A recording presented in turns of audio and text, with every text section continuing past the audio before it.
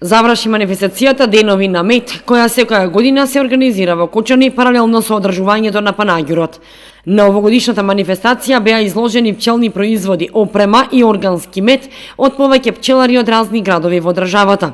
Присутните на саемот ги поздрави претседателот на пчеларското здружение Матица од Кочани Благој Митев, кој ги истакна целите на здружението и неговите активности и значајност за промоција на медот и пчелните производи.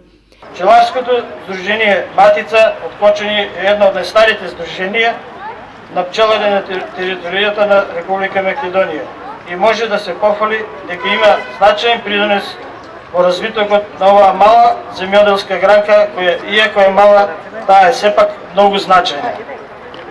Пчеларството во Кочани има традиција.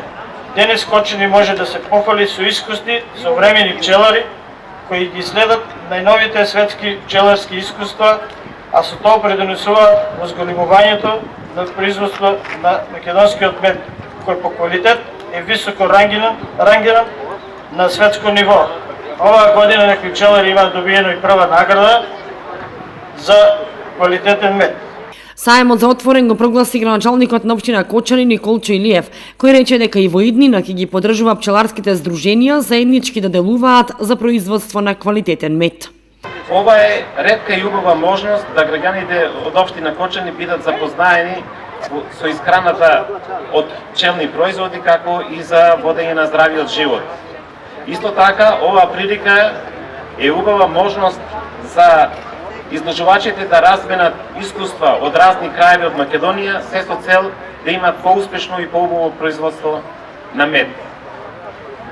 Ние како локална самоуправа, како во минатиот период, така и во иднина, ќе продолжиме да ги поддржуваме здруженијата, пчеларските здруженија, се со цел да излеземе од пресрети и да помогнеме во организацијата на овакви манифестации. А нешто што е важно за пчеларите од општина Кочани е тоа што во изминатите 2 години заедно со Македонското еколошко друштво и програмата за заштита на природата напорно работевме за прогласување на особовието за заштитено подрачје.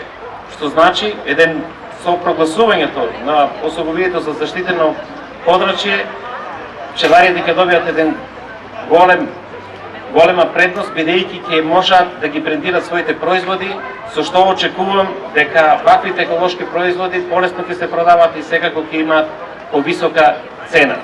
Пчеларите истакнаа дека оваа година, за разлика од претходните, беше родна за нив во однос на приносите и се доста задоволни.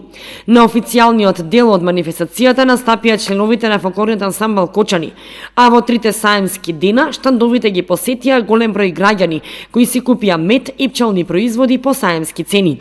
Со ваквите саеми се подига свеста кај граѓаните за конзумирање на мед и пчелни производи, бидејќи Македонија се наоѓа на последно место од земјите по употребата на медот.